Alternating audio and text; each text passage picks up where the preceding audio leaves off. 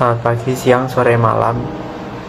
Pada kesempatan kali ini, di presentasi ini, kelompok kami akan menjelaskan tentang robotics. Nah, sekarang kita udah memasuki dunia modern, jadi dari yang dulunya masih tradisional, sekarang sudah banyak sekali teknologi yang berkembang. Pengubah teknologi yang paling besar di zaman sekarang ini, itu ada teknologi artificial intelligence, kemudian inovasi dari robotik sendiri, kemudian ada juga di basis data publik seperti blockchain, virtual reality, dan lain sebagainya. Sekarang kita akan melihat lebih dekat mengenai apa itu robotics, dan kami akan menghadirkan sinergi yang menarik dari robotics ini. Robotics ini sudah mulai marak di dunia ini, seperti contoh yang dapat kita lihat dan dapat kita ketahui sekarang, yaitu banyak sekali robot yang sudah ada di dunia ini.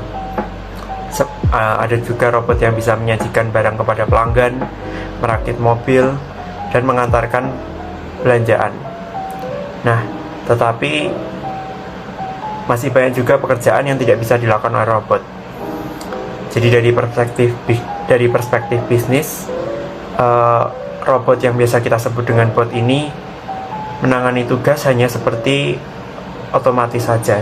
Jadi yang robot ini dapat melakukan tugas-tugas biasa berulang maupun tugas-tugas yang banyak tidak disukai oleh orang-orang.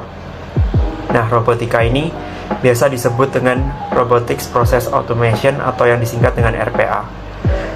Dan RPA ini sekarang sudah menjadi jenis otomatis robot yang paling umum karena bekerja cukup baik juga, dan sekarang sudah dipakai banyak oleh organisasi-organisasi dan perusahaan-perusahaan untuk lebih mempercepat pekerjaan mereka. Nah, mengapa sih robotics ini sangat diperlukan? Singkatnya tuh karena terdapat beberapa pekerjaan yang memang lebih sesuai atau lebih tepat dilakukan dengan kinerja robot daripada kinerja manusia. Contohnya dalam pekerjaan yang membahayakan keamanan manusia. Misalnya, petani itu dapat menggunakan drone untuk menyemprot pestisida ke tanaman-tanamannya untuk menghindari paparan dari bahan kimia.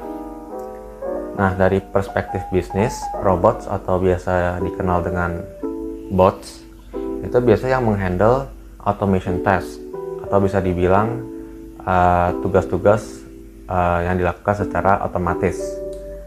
Biasa pekerjaan ini tuh sifatnya sangat repetitif dengan volume yang sangat tinggi dan sangat membosankan untuk manusia. Contohnya tuh dalam industri otomotif, di mana terdapat banyak banget proses perakitan bagian mekanik yang harus dilakukan dengan presisi yang sangat tepat dan dilakukannya secara repetitif. Dan ini biasa dikenal dengan RPA atau Robotics Process Automation. Terdapat 3 hukum robotik menurut Isaac Asimov. 3 hukum robotik tersebut yaitu sebagai berikut. Pertama, robot tidak boleh melukai manusia, atau dengan berdiam diri membiarkan manusia menjadi celaka. Kedua, robot harus mematuhi perintah yang diberikan oleh manusia, kecuali bila perintah tersebut bertentangan dengan hukum pertama.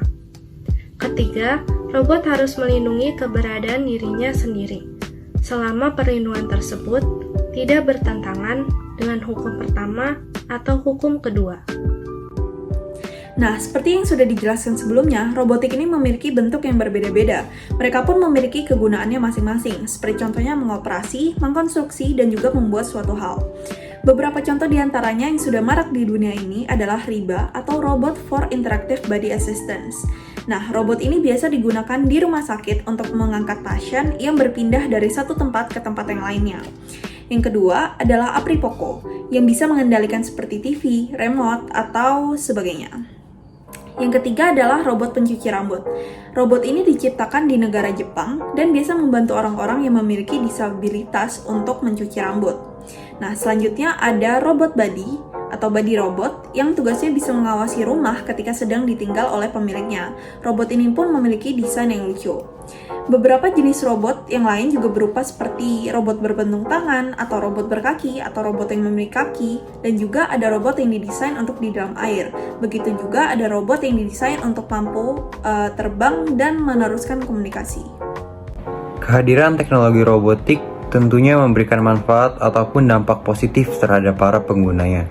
Dampak positif ataupun manfaat yang diberikan dari adanya teknologi robotik adalah seperti menggantikan kerja manusia yang membutuhkan ketelitian dan juga mengurangi risiko kecelakaan. Selain itu, robot juga sengaja dibuat untuk meningkatkan produksi melalui otomasi di industri, menciptakan tenaga kerja yang berkinerja tinggi dan mampu bekerja selama 24 jam. Cara kerja robot hanya bergantung pada bagaimana kita memprogram robot tersebut, sehingga ia tidak akan bisa merasa lelah, bosan, ataupun emosi seperti yang biasa dirasakan oleh manusia. Setelah teman saya sudah menjelaskan dampak positif adanya robotik, saya akan menjelaskan dampak negatif dari adanya robotik. Secara luas, yang pertama adalah krisis energi. Robot bisa hidup menggunakan listrik, dan manusia juga seringkali membutuhkan listrik untuk kehidupan sehari-hari. Dengan banyaknya robot yang hidup di bumi ini, maka bumi akan banyak kekurangan energi secara drastis. Apalagi persediaan sumber daya alam di bumi semakin menipis. Yang kedua adalah penumpukan sampah.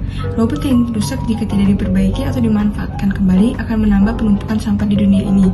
Apalagi robot termasuk barang yang susah diurai. Ketiga, global warming. Dengan terjadinya krisis energi dan penumpukan sampah elektronik, bukan hal mustahil pemanasan global akan menjadi lebih cepat dan es di kutub utara dan selatan akan lebih cepat mencair dan akan menenggelamkan kota-kota yang ada di pinggir pantai. Kalau secara spesifiknya, gampang kita lihat adalah pertama, sempitnya lapangan pekerjaan. Ini yang akan cepat dirasakan. Akan ada banyak orang yang jadi pengangguran karena semua pabrik pekerjaannya sudah diganti dengan robot, termasuk asisten rumah tangga. Yang kedua, manusia menjadi pemalas karena banyaknya peran yang tergantikan robot. Pekerjaan manusia akan semakin sedikit dan semua hal yang dilakukan oleh robot. Maka manusia akan menjadi pemalas dan mungkin saja akan menjadi gemuk dan lumpuh karena jarang bergerak.